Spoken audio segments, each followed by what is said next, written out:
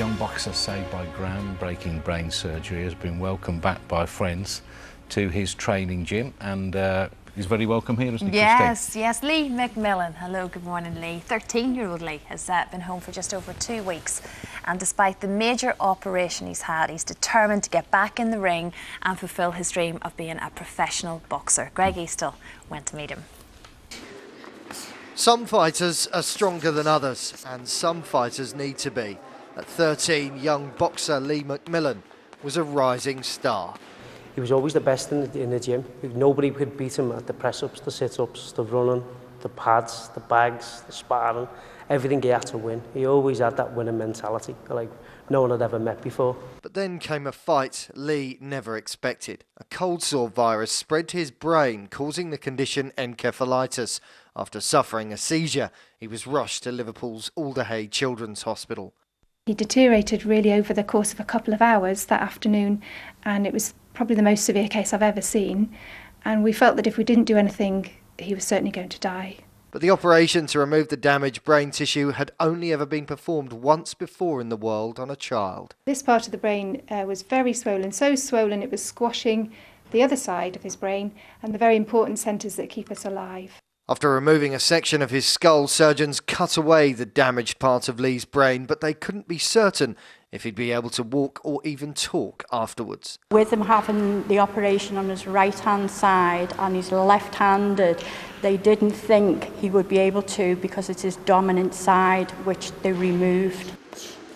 But Lee amazed everyone, and 3 months on seems stronger than ever. I stepped into the ring and felt the full force of this remarkable little fighter.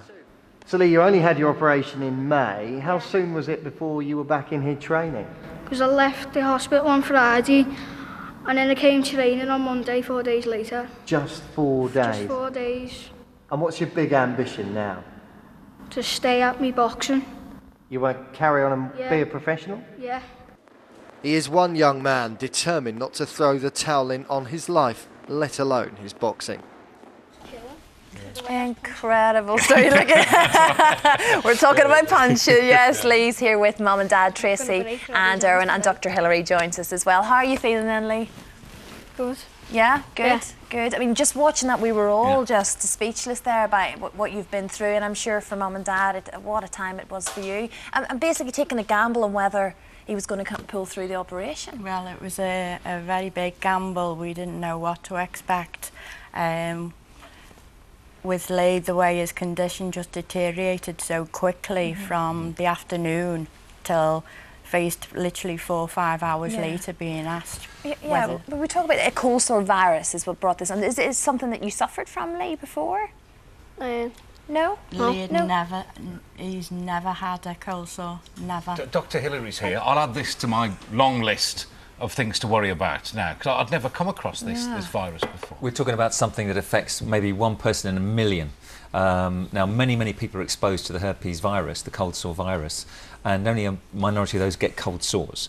But of those who do or don't, who have been exposed, it only takes the virus to travel up a nerve to the brain to cause this encephalitis, this inflammation of the brain. So very, very rare. I mean, just looking at you in action, you've got jabs coming off both feet and both hands there. That's absolutely terrifying to me. You're, how hard are you hitting those pads there? Can you see Do you enjoy sparring like that? Yeah. And who is that you're hitting there? Trainer. I've been with him 4 years. Yeah. Have you? And how hard do you work in there? 110% every time I train. Because the other day, for the telly, I've done 2 hours training. Yeah. And what's that? Is that sort of press up, skipping? It was like all the bags and that. Yeah, skipping. But Tracy and Erin, I mean, out of all sports that Lee could love, and considering now the operation he's been through, boxing must be up there with probably the most dangerous. And what are doctors advising at this point? Well, not really. I wouldn't say they're up there with the most dangerous. I think. Well, in terms of, you know, anything to the head, you know, you're not wanting. But it just shows you could be boxing maybe as Lee was doing for 4 years, no problems, and then all of a sudden out the blue you get a sore head. Yeah. And you know what I mean? It's. He loves boxing. Boxing is Lee's passion, you know. He really loves boxing. So what's your ambition now then, Lee? Become a professional when I'm older. And what weight division you'll be? I suppose you don't know what weight Probably, division you're going to grow into. Probably lightweight. Right. You're fantastic. I mean, without treatment, 70% mortality with this condition, and he's not only had the operation, he's come through it, he's strong, and partly being fit, I think, got him through it in the first place. So I think if that's his passion, there's no reason, as long as he's cautious, why shouldn't he get back in the ring? But, you know, with caution. It shows the importance of exercise, of your kids being fit, actually, doesn't it? And it's a great workout, boxing. Yeah, they did say that through his fitness, it did help him to get through his illness. We don't think he would have survived. His body wouldn't have taken the punishment. Well, you won the biggest fight of your life, Lee. You're going to win many more now in the ring, I'm sure. So, you know, keep it up. All right, all the best. Mum and Dad so proud of you too. Thanks Thank you very so much. much. Thanks very much. Yeah, Thank you. lovely to Thanks. see you. Greatly.